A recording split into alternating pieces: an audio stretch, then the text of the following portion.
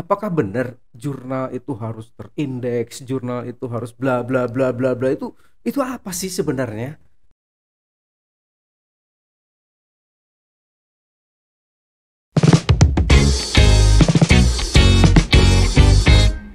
Bismillahirrahmanirrahim. Assalamualaikum warahmatullahi wabarakatuh. Sampurasun wargi Unpas, tepang deui sareng Asimonnya. Dina episode bukan seueur pisan lah, sudah banyak sekali episodenya.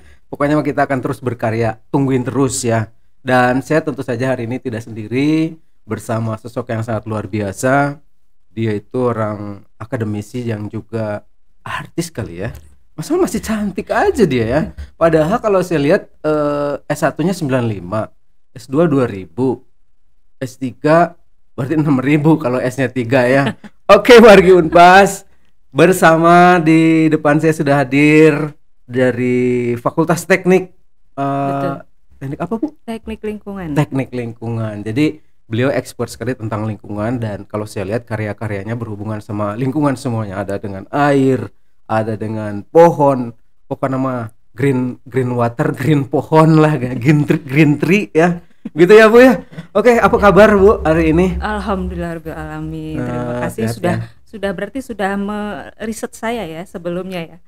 Sebenarnya enggak, Ibu tuh sudah famous sendiri sebenarnya, enggak usah di riset juga sudah ada gitu kan. Oke.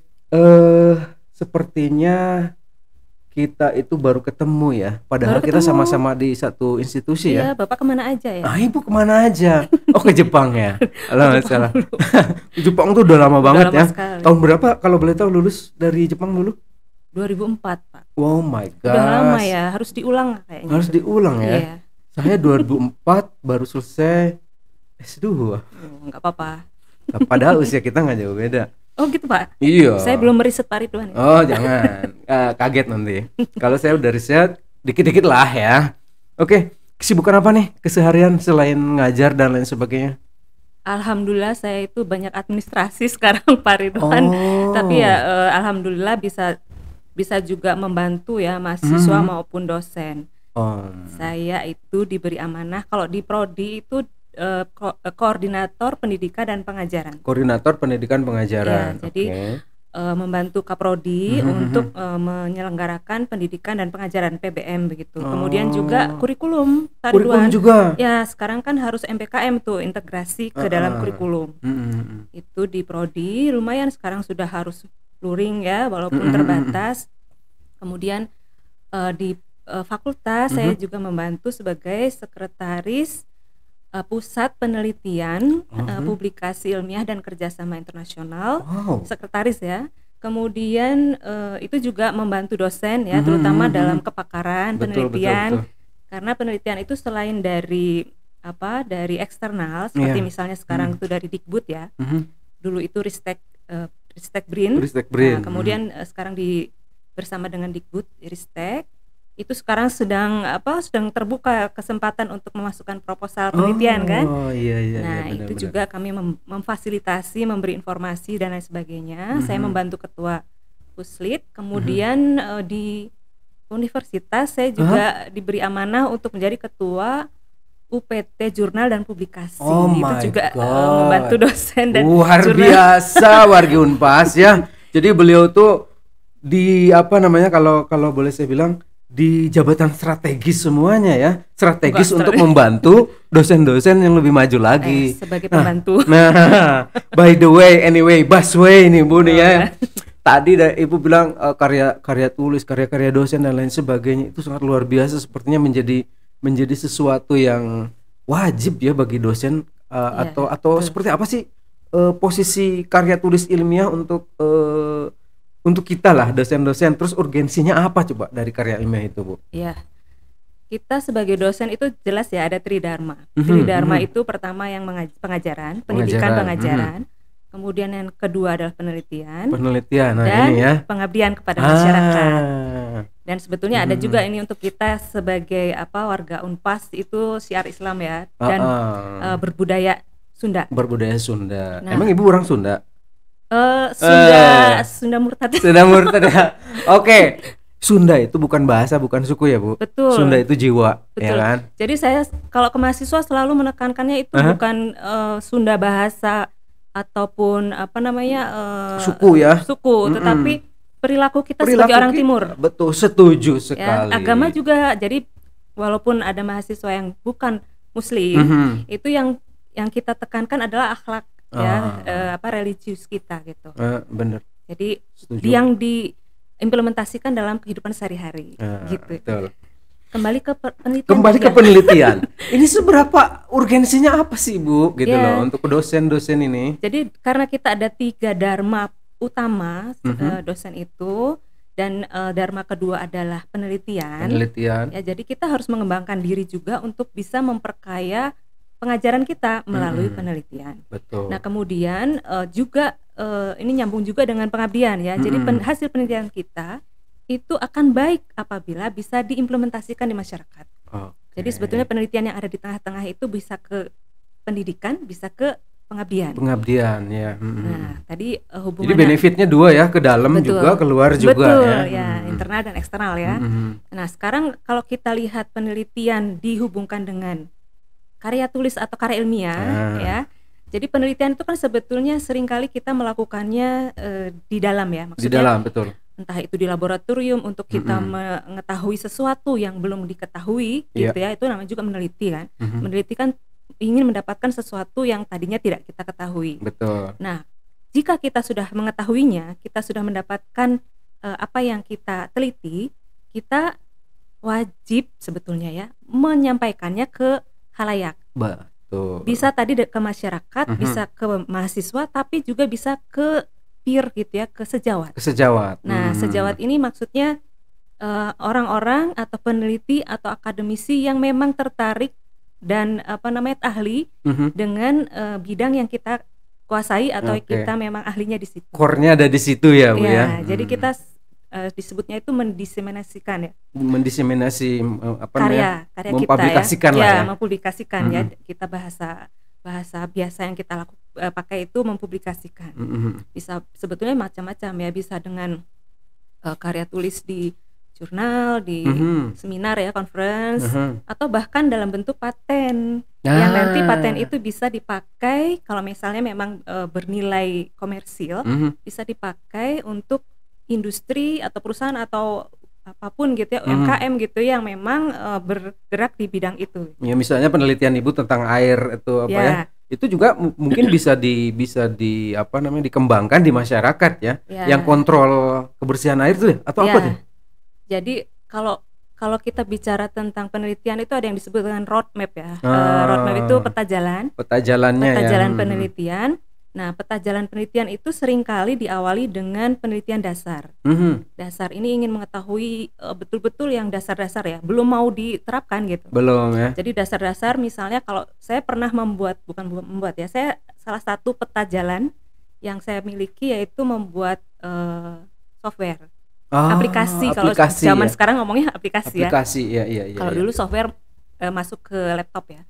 Nah, itu untuk membuat model atau untuk membuat aplikasi atau software tersebut kan perlu koefisien. Betul. Nah, koefisien juga tidak ngambil dari langit gitu ya, ini angka-angkanya gitu, tapi harus dilakukan penelitian.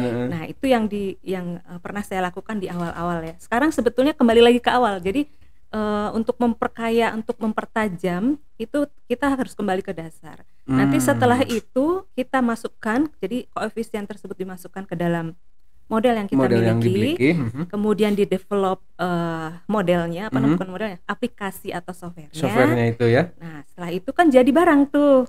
Jadi barang tuh bentuknya produk ya. Jadi bisa bentuknya software tadi itu ya.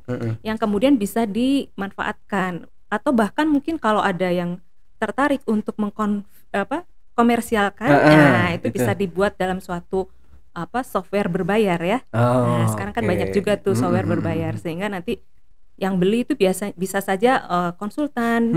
Mereka perlu untuk memprediksi misalnya suatu kondisi lingkungan di masa depan dengan skenario-skenario yang mereka buat gitu ya. Kemudian juga pemerintahan. Nah, itu juga bisa menggunakannya. Dari karya-karya tadi kan sekarang nih ada beberapa dosen atau beberapa teman kita ya yang agak kesulitan untuk publikasi dan lain sebagainya. Kan karya ilmiah yang sudah kita buat kemudian dipublikasikan. ini ada, kalau menurut saya bukan dikotomi apa ya? Ada keharusan. Apakah benar jurnal itu harus terindeks, jurnal itu harus bla bla bla bla bla, itu apa sih sebenarnya? Makhluk-makhluk itu? Bagus pertanyaan. Ya, jadi tadi disebutkan bahwa kita wajib menyampaikan ke khalayak ya, Betul. mempublikasikan, diseminasikan. Nah, cara kita mempublikasikannya pun juga harus hati-hati. Kenapa? Itu. Karena sekarang publikasi itu banyak yang memanfaatkan di jalan yang tidak benar gitu Pak Ridwan. Betul sekali. Saya ini pengalaman ya. Jadi pengalaman saya seringkali kita menemukan email-email dari jurnal-jurnal yang Abal-abal ya, disebutnya abal-abal atau predator atau apapun gitu ya, seringnya predatornya jangan lihat ke saya, Bu. Saya melihat kemana tuh? Nah itu kameramen. Jadi kita harus hati-hati karena apa? Jurnal-jurnal yang tadi ya memanfaatkan keperluan kita untuk publikasi itu seringkali melihatnya hanya bisnis. Yes, jadi tidak ada seleksi gitu, tidak ada yang disebutnya review ya biasanya ya. Jadi kalau jurnal yang baik itu adalah pada saat seorang peneliti atau penulis author ya, itu mengirimkan karyanya ke suatu jurnal, maka editor itu akan melihat pertama apakah betul itu masuk ke skop yang dia masukin ya, gitu ya. Skop jurnal dia gitu. Kalau tidak maka ya dia harus kembalikan gitu, untuk menyampaikan bahwa ini bukan di skop kami, bukan dalam lingkup kami begitu. Kalau misalnya sudah masuk skop, itu ada yang disebut cek similarity atau plagiarism ya. Walaupun itu mungkin di depan, mungkin di belakang ya prosesnya, bisa saja tergantung editor. Nah, kemudian yang paling penting adalah setelah itu adalah si manuskrip atau naskah itu harus diperiksa oleh reviewer dari si pemilik jurnal itu ya. Reviewer ini akan ditunjuk yang sesuai bidangnya dengan tulisan karya kita. Ya, jadi nggak misalnya tulisan saya diperiksa oleh Pak Ridwan yang ahli ekonomi misalnya ya. Gitu. Jadi benar-benar yang dituliskan oleh author atau penulis itu memang betul-betul diteliti dengan dengan tingkat ketelitian yang tinggi. Namanya juga penelitian pasti penelitiannya ketelitiannya tinggi ya. Jadi harus benar ini metodenya betul tidak gitu yang sudah umum dipakai atau tidak. Kemudian valid tidak, misalnya jumlah responden atau ya hal-hal seperti itu. Nanti setelah itu baru dikembalikan lagi biasanya itu ke author ya. Untuk revisi. Ya, direvisi. Nanti setelah direvisi kemudian dibalikkan kembali ke reviewer. Jadi itu kadang-kadang pingpong gitu ya, balik gitu. Kebayang ya kalau kita nulis bahasa Indonesia, kita masukin di Amerika misalnya. Ya. Itu sabaraha kali menterjemahkeun ya. Aduh Gusti. Nah, sekarang itu banyak jasa proofreader. Pertama penerjemah, kemudian ada proofreader ya. Itu kan harus benar-benar yang paham di bidangnya ya. Betul. Proofreadernya pun ya. Sekarang banyak yang proofreader profesional itu banyak. Banyak ya? Banyak. Jadi penulis kita ya Indonesia itu tidak perlu khawatir, walaupun mungkin memang memerlukan biaya lagi gitu ya. Sebentar Bu, sebentar. Ini ada gosip ya, ada gosip. Katanya kalau ke jurnal-jurnal yang terindeks itu Scopus atau apapun lah ya, whatever jurnalnya terindeks apa, katanya mahal harganya. Ya. Ada biaya yang harus dikeluarkan gitu loh. Ya betul, ada biaya. Jadi sebetulnya gini Pak Ridwan, ada dua hal aksesibilitas jurnal bagi pembaca ya. Jadi ada dua. Yang pertama itu yang open access. Kemudian ada yang tidak open access. Yang open access artinya pembaca itu terbuka untuk melihat, untuk membaca dari judul abstrak sampai isi sampai kesimpulannya. Ya, sampai daftar pustakanya boleh ya. Nah, itu kan artinya ini tuh kita memang membahasnya adalah bisnis ya Pak. Jadi publisher itu dominasinya adalah suatu perusahaan gitu, atau suatu usaha ya. Jadi bukan gratisan. Biasanya ada yang gratis, tapi itu ada di bawah atau di dalam universitas Oh. yang memang dia memiliki dana untuk itu. Itu yang open access ya Pak ya. Jadi yang open access itu artinya yang menulis yang membayar. Sedangkan yang membaca itu tidak membayar. Sebaliknya kalau yang tidak open access, penulis tidak membayar, yang mau baca bayar gitu. Oh gitu. Jadi win-win solutionnya lah ya. Karena mereka juga kan untuk reviewer, untuk pencetakan dan lain sebagainya butuh biaya ya. Sebetulnya kalau reviewer itu kebijakan masing-masing jurnal Pak. Masing-masing jurnal ya. Kalau saya sebagai reviewer luar negeri itu nggak pernah dibayar memang Pak. Iya? Mungkin itu biayanya untuk ini untuk mereka memelihara website ya. Kemudian untuk indeksasi. Yang tadi disebut ya Pak Ridwan kan apakah harus terindeks, terindeks bla bla bla, Scopus dan lain sebagainya. Jadi gitu. Indeksasi itu biasanya diberikan oleh suatu lembaga pengindeks dengan melihat kualitas jurnal. Misalnya ini Scopus ya, disebutnya kan indeks bereputasi nih, Scopus sama Web of Science yang paling terkenal dua itu ya.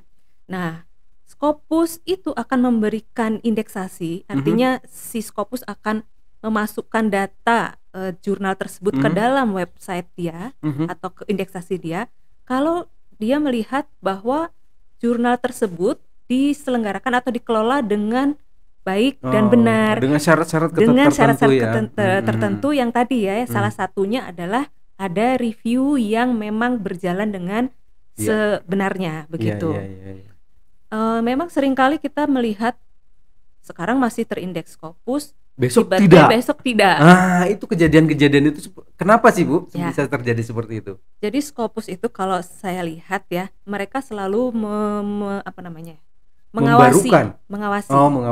mengawasi setiap jurnal yang ada di indeks Scopus itu, apakah masih memenuhi syarat mereka. Kadang-kadang gini Pak Ridwan, ini mungkin juga untuk Bapak Ibu dosen yang lain atau peneliti atau penulis.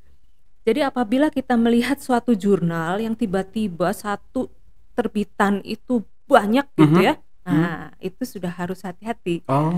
Jadi saya pernah juga itu Pak Ridwan, satu terbitan itu ada ratusan bahkan ribuan tulisan dalam satu terbitan loh Pak. Oh my God, berarti jadi itu tidak kurang baik ya? Kurang baik, jadi seakan-akan tidak ada proses gitu. Semua yang datang publish gitu. Jadi tidak ada proses. Nah itu salah satu yang saya lihat Scopus menjadikan itu nilai gitu ya untuk pengawasan, untuk keberlanjutan lah untuk indeksasi.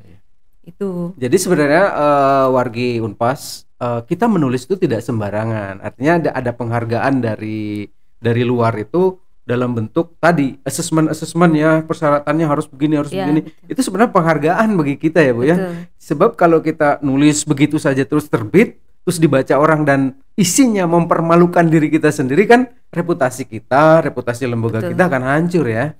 Gitu ya. Jadi tapi jangan takut terus menulis. Konsultasi sama Ibu cantik ini. Tinggal datang ke teknik lingkungan ya. Tinggal datang, mudah kok, nggak usah bayar beliau. Apalagi beliau kepala UPT apa tadi Bu?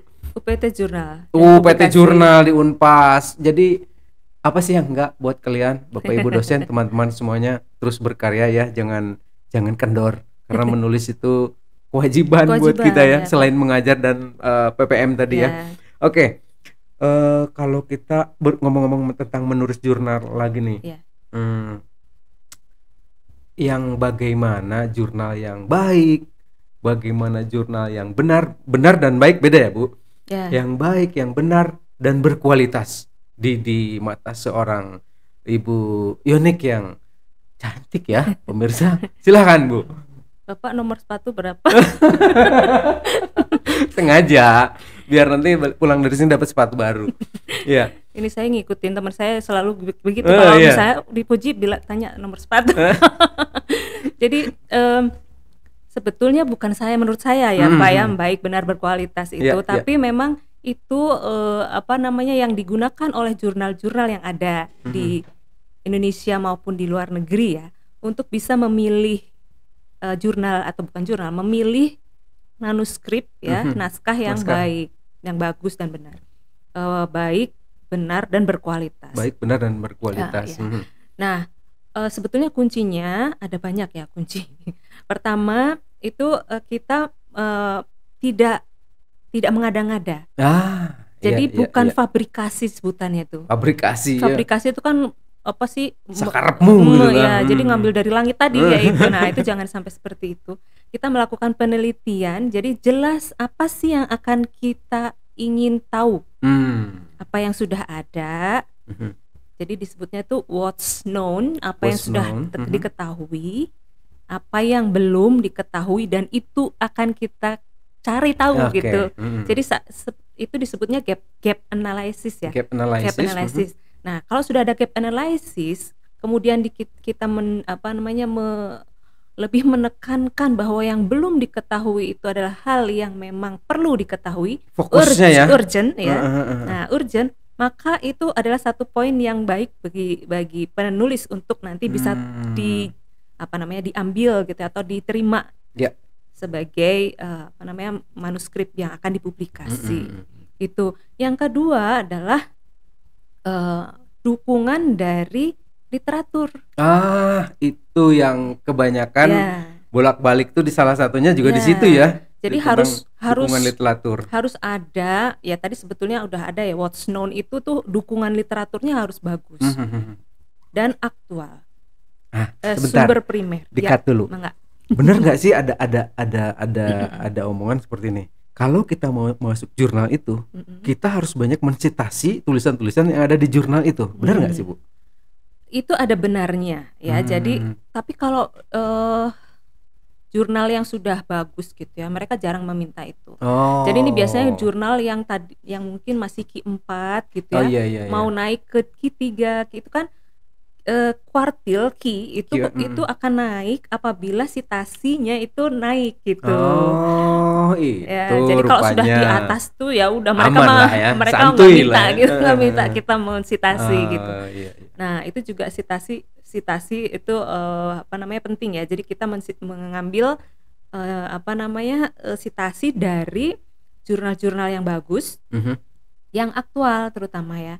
Jadi mungkin kita itu masih biasa ngambil citasi itu dari buku ya. Dari buku kebanyakan yang gampang aja gitu kan. Mahasiswa juga ya, terutama teori-teori memang dari buku, tetapi dihindari untuk kita kalau menulis untuk jurnal. Jadi lebih baik ambil literaturnya dari sumber yang primer itu artinya jurnal ya. Paper jurnal yang aktual. Jadi jangan sampai tahun lama gitu ya diambil. Paling lama tahun berapa? Biasanya berapa tahun? Biasanya 10 tahun. 10 tahun. Aman, alhamdulillah masih aman ya. Jadi 10 tahun biasanya rentangnya. Nah, tapi kalau misalnya ada suatu pakem yang memang tidak bisa dihindari dari tahun gitu. 60-an gitu atau 30-an, ya nggak masalah, asal itu memang suatu postulat atau hukum yang memang hanya ada di sana gitu. Dan tidak bisa dibarukan karena belum terbarukan mungkin ya. Masih digunakan dan itu yang pertama kali misalnya menyampaikan. Itu yang berikutnya. Nah, kemudian untuk saya menerima pelatihan juga sebagai pengelola jurnal, bahwa akan lebih baik kalau dalam satu manuskrip itu terdiri dari beberapa orang yang berasal dari beberapa institusi. Akan lebih berwarna gitu. Iya betul. Jadi menggambarkan lintas keilmuan gitu lah, Bu. Ya, lintas keilmuan dan lintas afiliasi yang di Unpas, UPI, Unpad, ITB gitu ya. Betul. Jadi mereka akan editor itu akan melihat bahwa ini isinya pasti kaya gitu. Jadi karena belum apa-apa udah lihat nama-namanya, lihat afiliasinya. Oh, keren kalian gitu kan, gitu ya, bisa jadi ya. Padahal belum tentu loh yang nulis sendiri loh. Ya kadang-kadang kalau melihat cuma satu orang yang menulis itu agak diragukan. Takutnya dia googling, siapa sih orang ini gitu kan. Akhirnya balikin lah gitu kan, bisa jadi ya. Nah, kadang-kadang juga jurnal itu akan melihat negara, bukan hanya afiliasi tapi dari beberapa negara gitu. Dan kadang-kadang juga melihat adakah orang yang termasuk dalam tim penulis itu yang terkenal di bidang tersebut. Ya, jadi biasanya penulis-penulis pemula seperti saya gitu, saya pemula sudah segambreng-gambreng gitu. home pimpa itu ya. Jadi saya ajak profesor dari mana saya diajakin gitu. Sebagai juru tulis. Oh, sebetulnya banyak selain penulis itu ada yang disebut dengan penulis tambahan. Ya. Nah, itu bisa saja masuk walaupun bukan di situ bidangnya. Boleh? Boleh. Jadi nama saya Ridwan, nanti ya. Jadi CV-nya saya kirim ke Ibu. Jadi memang harus networkingnya bagus Pak Ridwan. Ya, makanya kita mulai dari sekarang.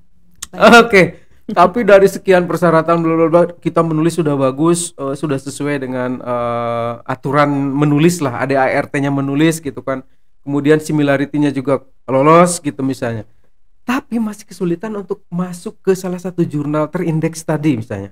Mungkin Ibu punya tips dan triknya biar goals gitu ke situ. Gimana nih Ibu? Sebetulnya tadi sudah Pak itu. Oh, sudah? Udah itu jawabannya tadi. Cuman begini. Jadi kalau kalau kita ingin goal ya, itu kita tidak ini agak sulit gitu ya. Agak tidak mungkin kalau kita misalnya seperti saya mensasar satu jurnal yang sampai sekarang masih belum tembus. Journal of Environmental Management ya, JEMA singkatannya. Nah, itu baru sebetulnya Q2 bukan Q1. Oh, Q2 padahal. Q2 ya. Jadi ketika saya memasukkan ke sana itu cepat balasannya Pak. Biasanya kalau cepat balasannya tuh di reject. Halo, my god. Bener. Saya pernah itu. Ya. Nah, kemudian setelah itu cepat di reject berarti dalam sisi bahasa. Betul. Biasanya dalam sisi bahasa yang pertama kali itu. Nah, kemudian kita lihat dari sisi bahasa berarti saya harus kerjasama dengan entah itu penerjemah atau langsung ke proofreader gitu ya. Nah, kemudian saya belum kembalikan ya. Jadi ini saya kalau kembalikan nanti lama lagi, saya mencari yang lebih rendah gitu. Nanti lebih rendah goal gitu ya. Jadi tidak bisa bukan tidak bisa ya. Kalau saya pribadi akan sulit gitu untuk bisa mencapai yang memang susah gitu ya. Q1 atau Q2 yang memang betul-betul spesifik di bidang saya. Cuman ada untungnya Pak. Kenapa? Apa tuh? Coba. Jadi pada saat saya kan di reject nih. Nah, tapi ternyata beberapa bulan kemudian itu editor meminta saya sebagai reviewer, Pak. Aneh ya? Itu orang aneh tuh kan ya. Si punya jurnal itu aneh tuh. Dia dipikir-pikir, wih ini orang keren juga ya, panggil lah. Nggak malu apa dia ya? Enggak, mungkin karena nama saya itu sudah masuk ke dalam database mereka. Sudah banyak lagi di tulisan-tulisannya di tempat lain juga, barangkali itu juga pertimbangan ya. Mungkin mereka meriset juga ya. Iyalah, pastilah. Ya, yang jelas bahwa mereka akhirnya menghubungi saya untuk melakukan review. Dan review itu alhamdulillah memberikan akses kepada saya untuk bisa masuk ke jurnal-jurnal yang selama ini harus berbayar. Karena sebagai reviewer akan diberi privilege kunci ya untuk bisa melihat jurnal-jurnal yang selama ini tidak terbuka bagi khalayak. Kan sebagai reviewer harus baca tuh jurnal-jurnal yang ini. Kalau semacam saya tidak, asesor lah ya. Kalau saya tidak bisa baca kan tidak bisa mereview dengan baik. Betul. Gitu. Nah, alhamdulillah jadi tidak dibayar dengan uang, tetapi dengan itu. Akses. Aksesibilitas kita luas banget lah gitu ya. Dan akses itu sangat berharga di luar saya sebagai reviewer. Nah, paper-paper atau yang sudah terpublish yang selama ini tidak bisa saya download, saya bisa download, bisa saya pelajari untuk memperkaya, untuk bisa disitasi paper saya gitu. Betul, benefitnya besar ya, dan bukan hanya uang ya dari sini ya. Dan mereview itu akhirnya kita terbuka. Oh, ternyata orang lain tuh melihat paper saya tuh di bidang ini gitu. Jadi kita tahu ya. Misalnya apakah saya ditanya di forum itu ya, forum review itu, apakah ada tabel yang berlebihan, maksudnya tidak perlu gitu ya. Nah, berarti kan orang yang mereview naskah saya juga ditanya seperti itu. Jadi saya harus hati-hati itu membuat tabel, misalnya tidak perlu lebay lah gitu. Terlalu semua dimasukkan. Betul. Nah, itu juga jadi pelajaran akhirnya ya bagi saya. Begitu, Pak. Wah, luar biasa Wargi Unpas. Keren banget lah ya. Kita sudah punya bagaimana trik dan lain sebagainya itu sudah jadi kunci untuk kita semua. Sekarang begini, kita kembali ke wilayah kita nih, ke kampung kita nih, ke Unpas gitu ya. Apa namanya, motivasi atau semangat teman-teman untuk menulis gimana sih menurut Ibu? Kan Ibu di UPT nih, di UPT apa? Jurnal ya. Itu gimana semangat dari teman-teman kita di Unpas? Ya, sebetulnya kalau saya lihat memang kita budaya menulis publikasi itu belum maksimal ya. Belum ya. Tetapi saya melihat ada satu hal yang memaksa nih. Memaksa selama ini kan tidak terpaksa ya. Kalau sekarang dipaksa yaitu dengan melaporkan setiap bulan kinerja kita yang salah satunya harus mempublikasi. BKD dan LKD itu lah betul, ya. Betul ya, LKD sister ya. Sister juga sister BKD. Dan apa satu lagi? Yaitu untuk bekal kita supaya bisa masuk menjadi eligible ya sebagai pengusul penelitian. Oke. Nah, saya melihat itu sebagai pemaksa ya yang bagus gitu, tapi ya saya harap sih Bapak Ibu itu tidak terpaksa. Karena apa? Karena dengan kita menulis itu kan berarti kita menyebarkan apa yang kita sudah ketahui ke orang lain yang belum tentu sudah tahu.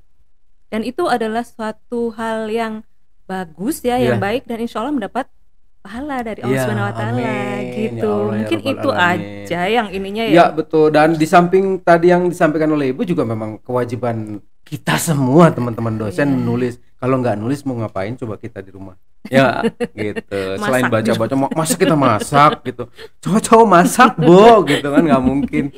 Oke, setelah yang berat-berat, sekarang ini yang santai-santai dah. Sama Ibu pengen ngobrol-ngobrol lebih apa ya? Lebih personal lagi nih kita nih, mumpung kita berdua gitu kan, kameramen dan yang lain biarin aja. Gimana nih kesan dan apa namanya ya, pengalaman Ibu sebagai dosen di Unpas khususnya itu dengan apa dinamikanya itu selama ini, apa yang dirasa gitu loh Bu? Pertanyaannya tuh justru berat, yang tadi yang santai, yang sekarang berat. Oh iya, wah salah saya. Enggak. Ya gimana Bu? Saya mau cerita ya dulu. Iya, kita cerita. Saya masuk 96 ya. Di waktu itu tapi masih itu ya, masih belum penuh ya dosen. 96 itu saya baru lulus. 95 kan tadi Bapak udah riset kan? Udah. 95 lulus. Kemudian saya sempat di konsultan. Kemudian bukan direkrut, saya ngelamar ke Unpas. Saya 2 kali loh melamar, pertama ditolak saya. Kurang ajar, bilang sama saya. Nah, cari yang nolaknya. Ya karena mungkin waktu itu memang hanya dibutuhkan 2 dosen ya, dan yang melamar banyak gitu. Kemudian yang tahun berikutnya dibuka lagi, saya masuk. Alhamdulillah sampai sekarang saya merasa bahwa Unpas adalah tempat kerja saya yang pertama sangat tinggi ya kekeluargaannya. Iya, betul. Kemudian agamis. Jadi mau tidak mau saya tergiring ya. Terbawa untuk menjadi arus untuk menjadi orang Sunda gitu ya. Dan itu ya terutama supaya lebih ke arah jalan yang diridhoi Allah Subhanahu wa taala. Itu sebetulnya yang paling penting untuk saya karena kalau saya di tempat lain saya belum tentu, dan saya melihat hal tersebut ya untuk membandingkan di tempat yang lain itu suasananya tidak sama gitu dengan di Unpas. Jujur kita enak di sinilah ya. Sudah sekian puluh tahun ngenahen gitu kan ya. Ya, jadi kalau saya sebut dulu itu kita profesional tetapi syar'i gitu. Nah, itu profesional tapi syar'i gitu. Bayangin keluarga warga Unpas profesional tapi syar'i. Nah, hati-hati ya. Tapi bukan Ibu sekarang memegang beberapa jabatan lah ya. Meskipun tadi ada yang wakil, ada yang koordinator dan lain sebagainya. Ibu kan berarti akan banyak sekali terkuras tenaga secara fisik, pikiran juga, harus ngajar juga, harus menulis juga. Itu bagaimana membagi waktunya biar saya belajar dari Ibu. Oh ya. Saya juga harus belajar dari orang banyak. Saya Kak Ibu. Saya pokoknya catat aja apa yang harus saya lakukan, Pak. Kemudian setelah itu supaya nggak lupa ya itu ya. Saya catat aja apa yang harus saya lakukan, PR saya. kan banyak sekali juga tuh keluhan ya mahasiswa, Bu saya belum masuk ke e-learning misalnya. Saya catat aja dulu ya nanti. Tapi harus saya kerjakan gitu. Sedapat mungkin saya selesaikan apa yang bisa saya selesaikan saat itu gitu. Kalau tidak, saya pokoknya ada catatan hutang. Saya tidak suka hutang gitu Pak. Jadi hutang harus dibayar gitu. Ini yang keren. Tulis yang mau dikerjakan, kerjakan yang sudah ditulis, Kak, gitulah ya Bu ya. Kurang lebih seperti itu. Loh, saya nyontek dari Ibu kan tadi. Iya. Terus gini Bu, apa namanya? Kalau tidak salah, Ibu tuh pernah membuat bank. Wah, direktur, komisaris. Komisaris. Bank Kapas apa ya? Bank Daun Kapas. Bank Daun Kapas. Itu apaan sih Bu? Bank sampah. Bank sampah. Ya. Oh, jadi gimana ceritanya? Ya, jadi salah satu pengolahan sampah. Jadi pengelolaan dan pengolahan ya sampah itu terutama untuk yang non organik, yang bukan sampah membusuk gitu ya. Yang bukan. Jadi seperti misalnya yang bukan itu kan bisa saja PET bottle ya, plastik gitu ya, kertas walaupun bisa membusuk tapi kan agak lama. Ya. Dan itu bisa diolah kembali gitu. Jadi salah satu upaya kami untuk memberikan edukasi di lingkungan universitas ya, itu dengan adanya bank sampah, di mana orang kalau menimbulkan sampah, jadi sampah itu bukan dihasilkan ya, tapi ditimbulkan. Menimbulkan sampah seperti habis minum, ada botol, itu tidak langsung dibuang ke tempat sampah atau bahkan di tempat sembarangan, tapi akan berpikir bahwa ini akan bisa menjadi uang gitu. Nah, itu yang dijadikan sarana edukasi, dan kami waktu itu menyediakan tempatnya. Jadi mau dikemanakan nih gitu ya. Jadi bisa ditabung di bank sampah gitu. Itu luar biasa. Jadi kapan lagi kan jadi komisaris gitu. Bank ya. Oh, bank apa tadi? Bank Daun Kapas. Itu singkatan itu. Ya, Daur ulang sampah kampus Unpas. Daur ulang sampah kampus Unpas. Keren Daun sekali. Kapas. Luar biasa, mantap pokoknya namanya. Aduh, sebenarnya masih pengen banyak sih. Satu lagi. Waktu di Jepang. Iya. Dulu kan kalau di luar negeri itu apa ya?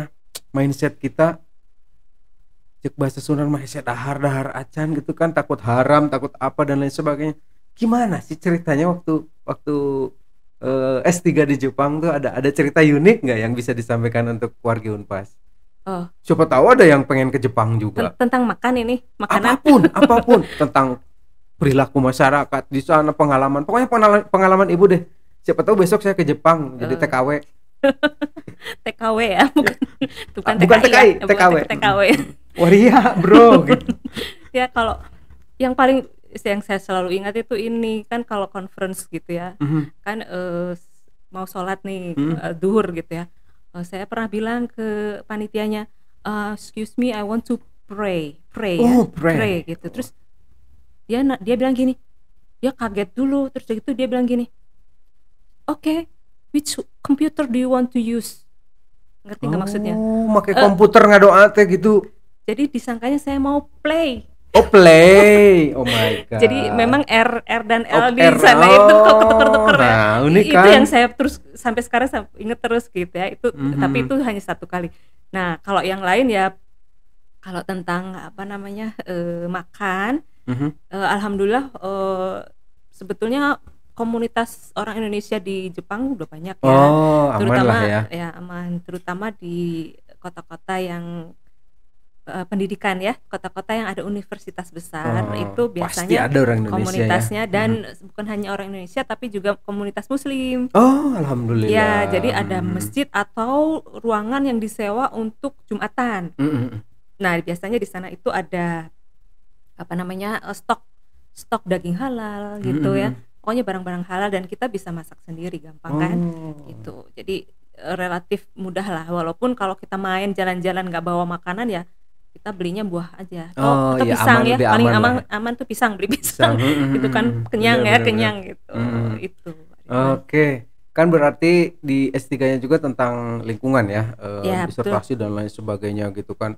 Kemudian kenapa sih Ibu nih memilih lingkungan? Memang ada apa sih dengan lingkungan? Apa sih yang menarik dan menyenangkan dari teknik lingkungan ini, Bu? Pertanyaannya susah, makin susah Oh, ya. makin susah ya. Saya mau berat saja, berat semua pertanyaan saya rupanya. berat. Oke. Jadi sebetulnya kalau kita lihat lingkungan itu kan kita banyak berinteraksi dengan masyarakat ya. Bukan hanya masyarakat tapi benda yang ada di sekitar kita, hidup maupun mati. Tapi ya lebih banyak hidup ya, namanya juga lingkungan hidup ya. Nah, itu akan memberi dampak balik ke kita sebetulnya kalau kita tidak memeliharanya, tidak mengelolanya, tidak melestarikannya. Kan sering tuh ada lestarikan lingkungan. Kenapa? Karena itu nanti balik ke kita juga. Gitu. Jadi ada manfaat lah ya untuk kita ya. Untuk manusia, humankind maupun untuk individu ya. Kalau misalnya kita sulit untuk berbicara kelompok ya coba kita bicara tentang individu. Gitu ya. Sedikit misalnya merusak merusak tanaman misalnya, nanti tanamannya tidak akan memberikan oksigen untuk kita. Ya itu yang paling sederhana lah ya. Iya. Begitu. Jadi simbiosis mutualisme kata orang biologi ya. Wah, luar biasa. Masih asik sebenarnya, tapi gimana ya? Ibu kan punya banyak kesibukan juga wargi Unpas, jadi ya saya harus nanya sesuatu yang lebih personal lagi. Semakin dalam. Memang begitu caranya PDKT dengan perempuan ya. Buaya gitu loh. Oke. Sekarang kita ke jawara ya. Tepuk tangan dulu, kita jawara. Apa itu jawara? Jawara itu dari bahasanya, jawara itu kan seorang yang jagoan lah gitu ya. Nah, Ibu harus jagoan jawab pertanyaan-pertanyaan ini. Harus jadi juara itu. Gitu ya. Ini ada 10 pertanyaan harus dijawab cepat. Ibu nggak boleh gitu dulu. Langsung misalnya Jepang, Indonesia. Oh, ini sudah mulai nih. Belum. Itu contoh. Jepang, contoh. Indonesia. Ayo. Indonesia. Indonesia. Jangan lama-lama ya. Ibu juga suka marah kalau ke mahasiswa kalau itu barusan lama ya? Lama. Oh, lama. Ibu tuh jangan kayak menulis jurnal. Di sini kita tidak menulis jurnal. Ini tidak ada validasi dari tidak ada review ya. Tidak ada review. Oke, siap ya? Oke. Mangga. Ngajar atau nulis jurnal? Ngajar. Ngajar matkul pengelolaan buangan industri atau pengelolaan lingkungan laut? Laut. Oh my gosh. Scopus Web of Science. Scopus. Nulis jurnal atau buku? Jurnal. Penelitian atau PPM? Penelitian. Oke. Pupuk kandang, pupuk kompos? Kompos. Kalau lagi senggang nih ya, senggang Ibu nih, milih nonton film atau ngerjain hobi? Nonton film. Oke. Traveling atau cooking? Traveling. Kuliah online atau offline? Offline. Kangen offline. Terakhir, satu kata untuk Unpas. Unpas. Ini harus cepet ya nih ya? Iya. Harus cepet ya. Unpas. Aduh. Unpas adalah bagian hidup saya. Satu kata. Satu kata. Itu berapa? Bagian hidup saya. Oke. Bagianku. Unpas bagianku. Keren. By the way, luar biasa, saya dapat banyak ilmu sekali wargi Unpas, sudah ngobrol-ngobrol sama orang satu ini. Ternyata ya, saya padahal sebelumnya udah deg-degan loh Teh Eli. Ini aku tadi semalam kan baca-baca nih, googling di Yahoo ya. Googling di Yahoo. Ini Dr. Yonik tuh siapa gitu kan. Ini saya sudah hampir 20 tahun di Unpas kok belum pernah lihat ya beliau ya. Semalam, oh cantik juga ya. Buaya kan ke situ dulu, Bu. Ke fisik dulu. Ternyata beda dengan aslinya. Aslinya lebih cantik. Aku buka karya-karyanya. Di Google Scholar. Buset, Inggris semua, saya bilang. Udah nggak usah baca, gitu kan? Tadinya kan mau baca. Padahal yang bawah-bawah Indonesia itu. Oh iya. Waduh, tertipu deh gue. Enggak, Deng. Semua karya-karyanya sangat luar biasa. Dan sekali lagi terima kasih atas waktunya di tengah-tengah kesibukannya sebagai sekretaris A, sekretaris B, ketua A, ketua B, koordinator A, kepala UPT dan lain sebagainya. Bentar lagi jadi. Amin, tidak apapun ya, yang penting jadi sehat. Oke, salam sehat untuk semuanya pastinya. Kemudian jangan kapok datang ketemu kita lagi di sini. Insya Allah. Pokoknya mah seneng banget lah ya bisa ketemu Ibu di sini. Ibu disebutin dong namanya. Nama panjangnya sekalian. Yonik Emailawati Yustiani. Bukan orang Sunda kan? Bukan. Bukan. Tapi Ibu Sunda banget. Oh, ada di mananya? Ibu Sunda banget. Kenapa? Sunda itu ada 3, sikap, sifat, dan perilaku. Aduh, Sunda banget ya Teh Eli ya. Keren banget wargi Unpas. Turutan si Ibu Yonik teh. Nulisna turutan, rajinnya turutan, nyundana turutan. Hatur nuhun pisan sekali deui. Sadayana pamirsa sadaya, hatur nuhun ya. Wargi Unpas oge hatur nuhun. Urang tepang deui di episode duka ka sabaraha, duka ka bagian episode sabaraha. Pokona tepang deui sareng Ibu Yonik. Bu Yonik tiasa bahasa Sunda kan? Terus suami kan di Unpas pasti tiasa. Insyaallah. Mohon atur nuhun salam Pak keluarga. Ya, sing sehat. Ulah hilap tepangnya abdi di Taros. Warga teh. Ini asa hayang jadi babaturan namun kita hayang pangasupkeun jurnal ka Skopus kitu tah ya. Warga Unpas hatur nuhun. Punten. Wassalamualaikum warahmatullahi wabarakatuh. Waalaikumsalam.